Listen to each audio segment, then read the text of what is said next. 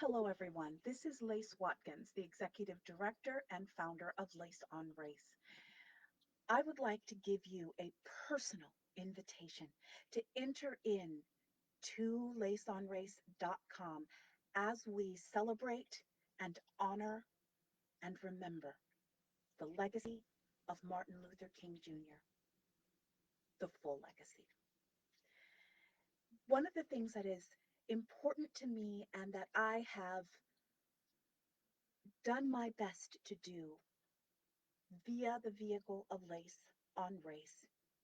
When it comes to icons and heroes of the civil rights movement and also of the larger Black liberation movement, past and present, is to create and to bring forth a full picture, not just the sanitized version that most of us have gotten either in school or later on in our adult lives. That is no less true than for Martin Luther King Jr. Since the beginning of when there was a national holiday dedicated to Martin Luther King, there has always been a double mind for me: pride and appreciation for the fact that this man is being honored in this way, in a public way. A little bit of concern about the fact that just like President's Day and Veterans Day and Memorial Day, it has now been relegated to little more than sales at appliance stores and a day off so that you can walk your dog on the beach and the like. This is different than other days. This should be a time of reflection. This should be a time of commemoration. This should be a time of remembrance. This is exactly what we have tried our best to do at laceonrace.com. It is important that we not only remember, oh, he was a really nice man, and then go to Target. That is not the way to honor the legacy. It is important that we treat this much as we would treat a Sabbath, much as we would treat contemplation and reflection, not at Target, but by the water's edge, not clicking on a 25% off coupon, but in thinking about the legacy and who he was. And that means a full picture, which will take you all day if you allow it to. One of the great things about becoming a national icon that is honored, who is honored once a year, is that that can actually serve to narrow the focus. That is why we began our Martin Luther King Jr. celebration on Friday. And we will be continuing it even past this day, because King's legacy is not relegated to this one day. The day that is, by the way, not even his birthday. His birthday was on the 15th. But this is the time when corporations and governments have decided we will recognize the man. That is not insignificant.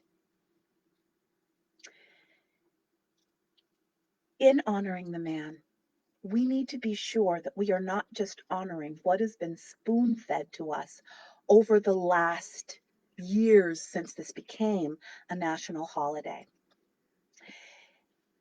I read something that really got to me. It was a Facebook meme, and it was talking about the fact that, like the Bible, like the Constitution, like many texts that people refer to and seemingly revere, very few people actually read it soup to nuts. And it would be the same thing that could be said accurately with Martin Luther King. People know snippets, they know quotes, Who pulled those quotes and to what end? And who do those quotes serve? That was an important thing for myself to consider and for myself to consider as I presented material to you all. So you are going to get the usual resources, but you'll also get some things that you probably have not been able to see or consider, both his speeches and his writings themselves, and also not the usual suspects that talk about them. That is very important to me because just as there is a book by Peter Yancey that came out a couple of decades ago called The Jesus I Never Knew, as I became more and more inculcated into the work of racial justice, and I think of myself as a pretty savvy and informed and educated person on the life and the legacy of Martin Luther King, I could say that I became more and more immersed in the Martin Luther King I never knew. Most of us know parts of the I Have a Dream speech. Most of us might even know snippets of letter from a Birmingham jail, but how many of us have actually read the entire portions in full context? And how many of us have read what some people consider the most seminal of his late career, the Riverside Sermon, written exactly a year before he died. It was in 1967, April 4. He was assassinated April 4, 1968. And that marked a decisive, not necessarily turning point, because he had had these ideas fomenting for a long time, but they were downplayed in his public life. In 1967, that became no longer. He started speaking out about the war. He started speaking out about economic justice and social capital. Those are elements that are crucial, but that get sanitized when we talk about, as one writer put it, the defanged and sanctified Martin Luther King. I would invite us to always take a look at the mainstream media that we consume, and particularly when it comes to how icons are depicted. We need to remember that the same publications and journals and TV networks that vilified him or ignored him, but in 1967 definitely vilified him, including the New York Times, including the Washington Post, including all three networks at the time. That was before the plethora of cable, ABC, NBC, CBS, basically worked hard to delegitimize him. And just like they do with some public figures even now, only came on board after his death or after they could no longer be ignored.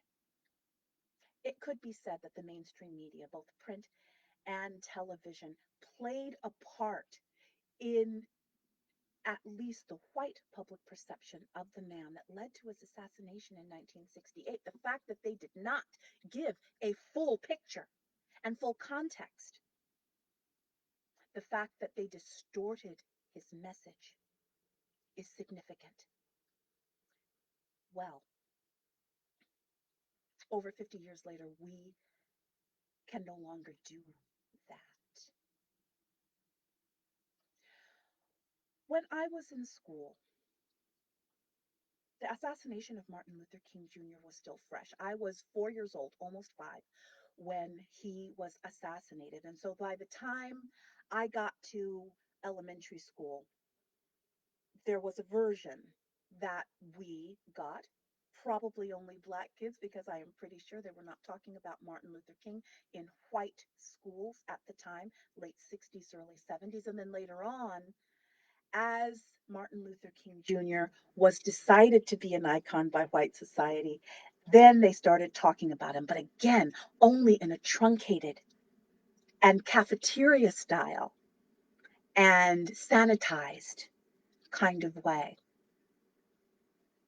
That is why, parenthetically, That is why representation matters, but it can't be just any old representation. The representation has to be accurate. The representation needs to be complete. The representation needs to be contextual. In the resources that we have at Liaison Race, there is a huge amount of Black liberationist theology that grounded Martin Luther King, and that very few people talk about these days. He's a preacher that doesn't talk about God. He's a preacher that doesn't talk about morality.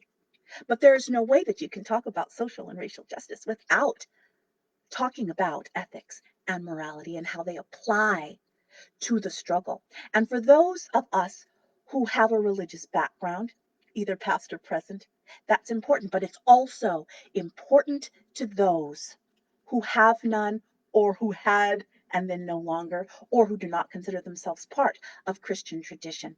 One of the provocative things that are going to be put forth, if you look at the resources by both Dr. James Cone and Dr. Cornel West, and also Dr. Lloyd, is that there is a false distinction when it comes to liberationist theology.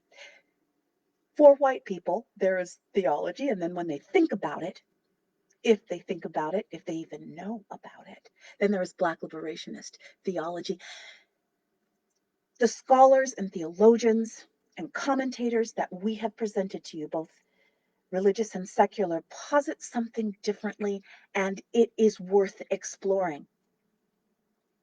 That Black theology is theology, with a capital T, with no qualifier, and that white theology is a distorted, and some might say mutated, strain of Christianity that all of us have been fed, soup to nuts, regardless of race, and to enable to enter into a fuller picture, that one needs to look at Black theology, or more accurately stated, theology, and hold it against the distorted pictures that you may have rejected. I will say this point blank. For those of us who might have rejected traditional Christianity, maybe you haven't. Maybe you have rejected a Christianity that isn't fully Christianity, where pieces, parts have been put forth and other parts relegated to the background or ignored completely, like the economic and social parts of the text that a lot of people simply do not want to recognize or confront. As well, regardless of where you are on a religious spectrum, if you have faith or no faith, if you are Christian or not, it is important to locate the Black theology, or again, theology, as we confront. To throw away that aspect of Dr. King's legacy is to do a great disservice to the man and his legacy. There is no way that we can talk about the civil rights struggle in the United States and abroad, but particularly in the United States, without confronting and acknowledging the spiritual underpinnings that gird it. There is no Martin Luther King without a theology. That makes some people deeply uncomfortable. But if we are going to honor the whole man, we also have to honor that. People are more likely to talk about his flirtation with Buddhism or Hinduism, with his looking to Gandhi for nonviolent praxis, than they are to look at his Christian theology. We do so at our peril. That is not to say that you have to be a Christian or have a conversion experience to experience Dr. King fully. You do not. But what you cannot do is to dismiss and give contemptuous side eye to the pieces, parts of the man that you don't like. That is confronting King as you are, not confronting King as he is. That is incredibly, important.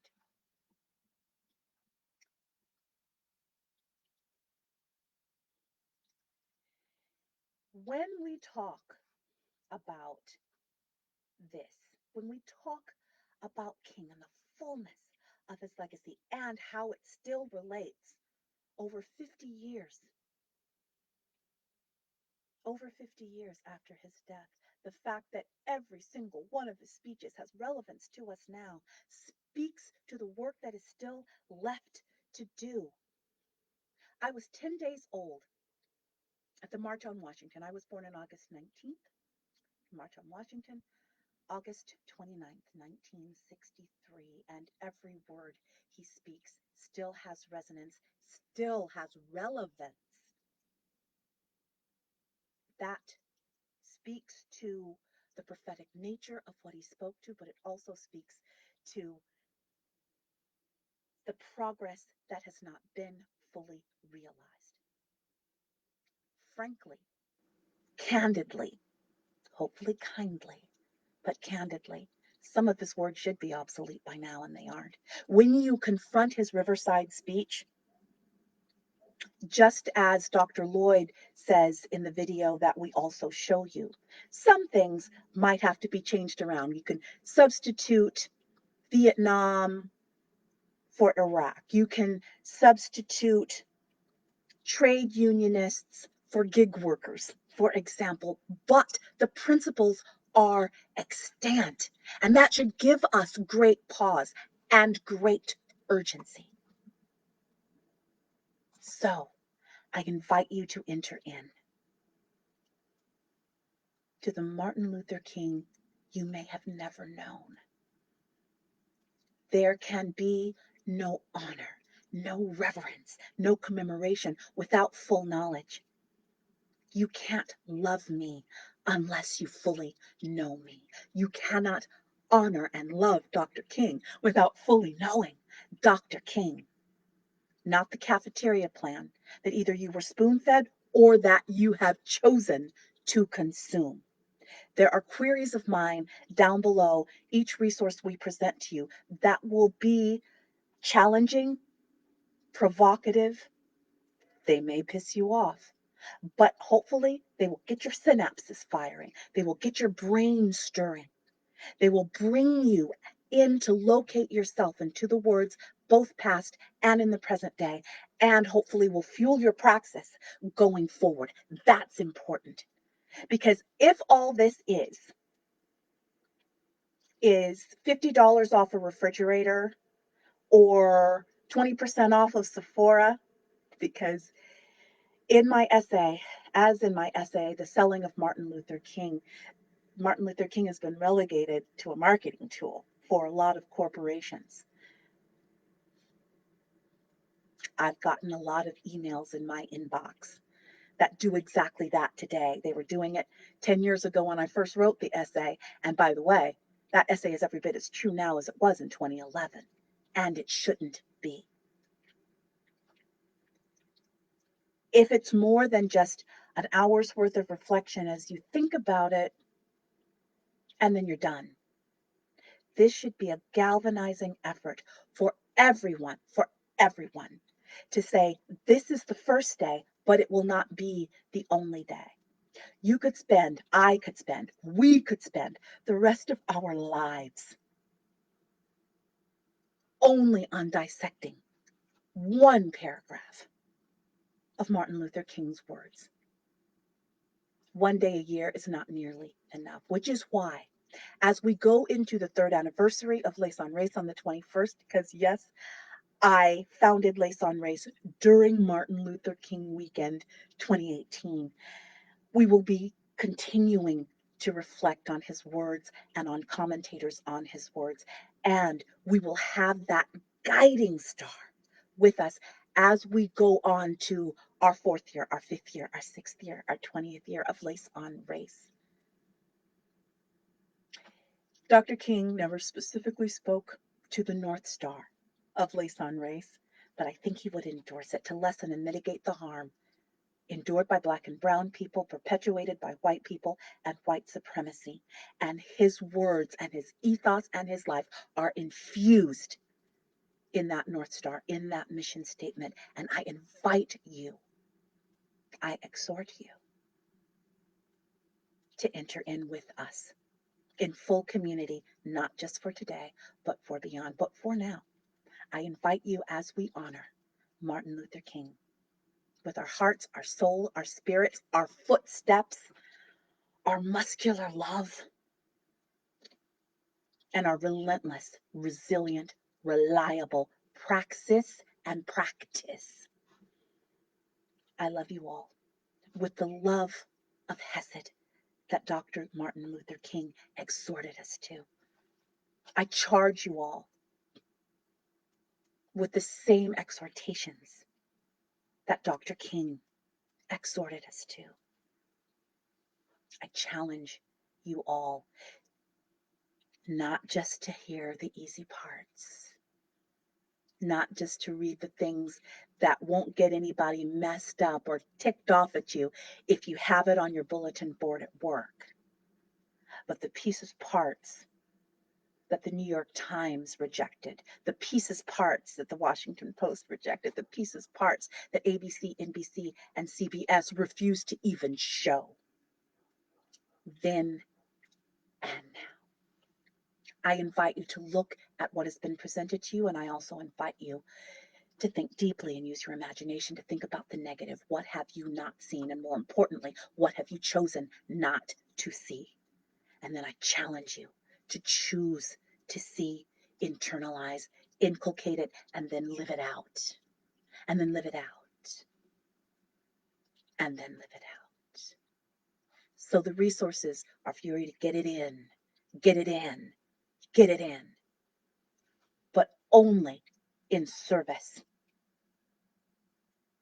to greater praxis and commitment. Not just so that you know more, not so that you can throw quotes around, but so that it is so inculcated in your marrow that you embody the spirit of Dr. King. We can do no less. I can do no less. I love you all.